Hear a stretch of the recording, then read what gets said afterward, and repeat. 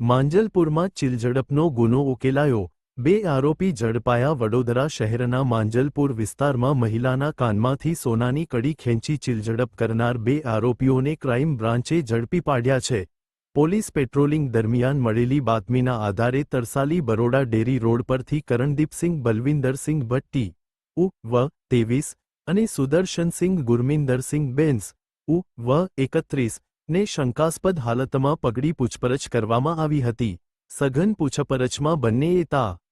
13 ઓગસ્ટે માંજલપુર અંબે સ્કૂલ નજીક મહિલા પાછળ મોટરસાયકલ પર જઈ પાછળ બેઠેલા કરણદીપસિંઘે મહિલાના કાનમાંથી સોનાની કડી ખેંચી ફરાર થયાની કબૂલાત કરી હતી. પોલીસે આરોપીઓ પાસેથી રૂ. 35,000ની સોનાની કડી અને રૂ. 30,000ની મોટરસાયકલ સહિત કુલ રૂ.